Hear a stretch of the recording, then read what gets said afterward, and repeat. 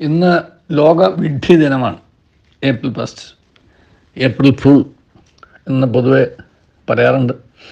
നമ്മൾ ഫൂളാക്കപ്പെടാറുണ്ട്, നമ്മൾ ഫൂള് ആക്കാറുമുണ്ട്. ഈ വിഡ്ഢി ദിനം എങ്ങനെ ആരംഭിച്ചു എന്നതിനെക്കുറിച്ച് ഒരുപാട് അന്വേഷണം നടത്തിയിട്ടും കാര്യമായ ഒറിജിനൊന്നും ആർക്കും കണ്ടെത്താൻ പറ്റിയിട്ടില്ല.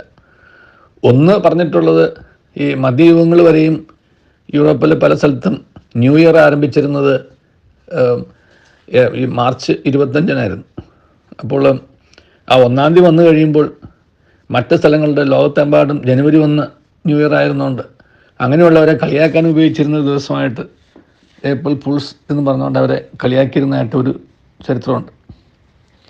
പിന്നെ പൊതുവെ ഇതെങ്ങനെ സംഭവിച്ചു എന്നുള്ള കാര്യത്തെക്കുറിച്ച് ചില ലിറ്ററേച്ചറിൽ കാണുന്ന സൂചനയല്ലാതെ വേറെ ഒന്നുമില്ല.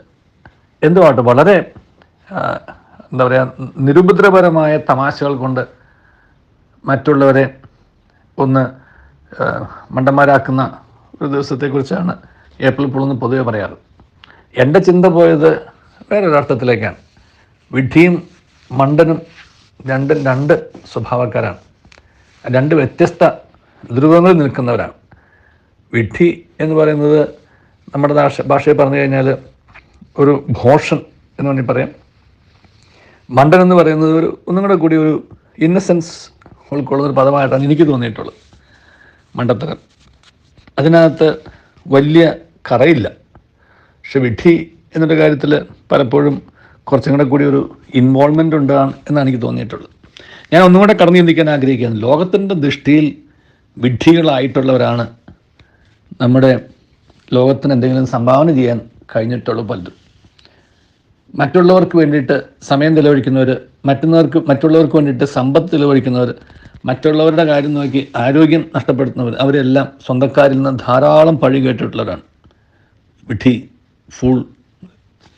അതുപോലെ സത്യസന്ധമായിട്ടുള്ള ബിസിനസ് ചെയ്യുന്നവരെക്കുറിച്ചും പൊതുവെ മറ്റുള്ളവർ കളിയാക്കുന്ന പദവും ഫൂൾസ്. ഇന്നത്തെ ലോകത്ത് ജീവിക്കാൻ അറിയാത്ത ഫൂൾസ് ആണ് അവരാണ്. ഞാൻ ഈ അടുത്ത കാലത്ത് ഇൻസ്റ്റിറ്റ്യൂട്ട് ഓഫ് ഡയറക്ടേഴ്സ് എന്ന് പറയുന്ന ഒരു സംഘടനയുടെ ഒരു UAE ചാപ്റ്ററിൽ വെച്ച് ഒരു മീറ്റിംഗ് പങ്കെടുക്കുന്നുണ്ട്. അവിടെ അവതരിപ്പിക്കപ്പെട്ട പേപ്പറുകളിൽ ഏറ്റവും പ്രധാനപ്പെട്ടതായിട്ടും എല്ലാവരുടെയും കണ്ണുറപ്പിച്ചുമായിട്ടുള്ള ഒരു ചർച്ചയായിരുന്നു, to do honest business is the greatest challenge these days. സത്യസന്ധമായിട്ട് ഒരു ബിസിനസ് നടത്തുക എന്നുള്ളതാണ് ഇന്നത്തെ ഏറ്റവും വലിയ ചലഞ്ച് എന്നുള്ളത്. അപ്പോൾ ജീവിതത്തിൽ അതിനകത്തെക്കുറിച്ച് ഒരു ചർച്ച വന്നത് ഇങ്ങനെയായിരുന്നു: ജീവിതത്തിൽ റിസ്ക് എടുക്കാതെ ഒരു കാര്യവും വിജയിക്കാൻ പോകുന്നില്ല. പക്ഷെ ജീവിതത്തിൽ ഏറ്റവും വലിയ റിസ്ക് എന്ന് പറയുന്നത് ടു ബി റോബസ്റ്റ്ലി ഓണസ്റ്റ് എന്നുള്ളതാണ്. ടു ബി റോബസ്റ്റ്ലി ഓണസ്റ്റ് ആണ് എന്നുണ്ടെങ്കിൽ പിന്നെ ജീവിതത്തിൻ്റെ അടിത്തറ ഭദ്രമായി എന്ന് ഉറപ്പായിട്ട് വിശ്വസിക്കാം. ആ ഉറപ്പുള്ള അടിത്തറമേൽ പണിയപ്പെടുന്ന എന്തും, അത് പണി സ്വല്പം സാവകാശമായിരിക്കാം, പണി മറ്റുള്ളവരുടെ ദൃഷ്ടിയിൽ മണ്ടത്തരമായിരിക്കാം, പക്ഷേ അതിന് സ്ഥിരതയുണ്ടാവും, അതിന് ഭദ്രതയുണ്ടാവും. സ്ഥിരതയും ഭദ്രതയും ഉണ്ടാവണമെങ്കിൽ ഈ സത്യസന്ധത, ഓണസ്റ്റി എന്നുള്ള ഭദ്രമായ അല്ലെങ്കിൽ ഉറപ്പുള്ള ഒരു അടിത്തറ ഉണ്ടായാൽ മാത്രമേ ഉള്ളൂ. അപ്പം നമ്മൾ പലരെയും വിഡ്ഢികളെന്ന് പറയുമ്പോഴും അവരെല്ലാവരും ഈ സത്യസന്ധതയുടെ ഭദ്രമായ ഉറപ്പുള്ള അടിത്തറയുള്ളവരാണ് എന്ന് മറക്കരുത്. അവർക്ക് താൽക്കാലികമായിട്ട് ഈ ലോകത്തിൻ്റെ ദൃഷ്ടിയിൽ വലിയ നേട്ടങ്ങളൊന്നും ഉണ്ടാക്കാൻ പറ്റില്ല എന്നിരിക്കും, പക്ഷേ അവർ അക്ഷയമായ നിധികൾ ഉള്ളവരാണ് എന്നുള്ളത് മറക്കരുത്. നമ്മൾ പലരും ഇതുപോലെ തന്നെ പലരിൽ നിന്നും വ്യക്തിപരമായി ഞാൻ പോലും പല പ്രാവശ്യം ഈ ആക്ഷേപം കേട്ടിട്ടുള്ളതാണ്, ഇറ്റ്സ് എ ഫൂൾ. കാരണം ലോകം നടക്കുന്ന രീതിയിൽ നടക്കുന്നില്ല. ലോകം നടക്കുന്ന രീതിയിൽ നടന്നായിരുന്നെങ്കിൽ ഞാനാവില്ലായിരുന്നു. ലോകം നടക്കരുതാത്ത രീതിയിൽ നടക്കുന്നതുകൊണ്ടാണ് ഞാനാവുന്നത്. എന്തുമാവട്ടെ, അത് വ്യക്തിപരമായൊരു നിരീക്ഷണം എന്ന് മാത്രമേ ഉള്ളൂ. നമ്മെ ഓരോരുത്തരെയും നമ്മളാക്കുന്ന ആ സത്യസന്ധതയും വിശ്വസ്തതയുമാവുന്ന ആ ഒരു, അതിന് ആർജവത്വം എന്ന് വേണമെങ്കിൽ ഒറ്റവാക്കിൽ വേണമെങ്കിൽ പറയാം. അതാണ് ജീവിതത്തിൽ ഏറ്റവും പ്രധാനപ്പെട്ടത്.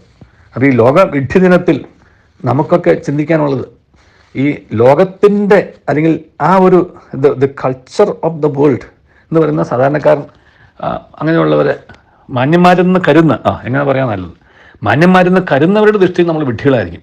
പക്ഷേ സത്യസന്ധതയും ആത്മാർത്ഥതയും വിശ്വസ്തതയും ഒക്കെ ഉള്ള ഒരു വ്യക്തിയാണെന്നുണ്ടെങ്കിൽ ഒരിക്കലും പതറേണ്ടി വരില്ല. കാരണം അടിത്തറ അത്ര ഉറപ്പുള്ളതാണ്. ഉറപ്പുള്ള അടിത്തറമേൽ പണിയപ്പെടുന്ന ആ ഒരു ഭദ്രമായ ജീവിതമുള്ളവരാക്കി നമ്മുടെ ജീവിതത്തെ നമുക്ക് കെട്ടിപ്പടുക്കാൻ കഴിയണം. അങ്ങനെ കെട്ടിപ്പടുക്കുന്നവരുടെ ജീവിതം മറ്റുള്ളവർക്ക് വേണ്ടി വ്യയം ചെയ്യുന്ന ജീവിതം തന്നെയാണ്, യാതൊരു സംശയമില്ല. പക്ഷേ അങ്ങനെ വ്യയം ചെയ്തിട്ടുള്ള ആർക്കും ജീവിതത്തിൽ സ്ഥായിയായ ഒരു നഷ്ടവും ഉണ്ടായിട്ടില്ല എന്നുള്ള സത്യവും നമ്മൾ മറക്കരുത്.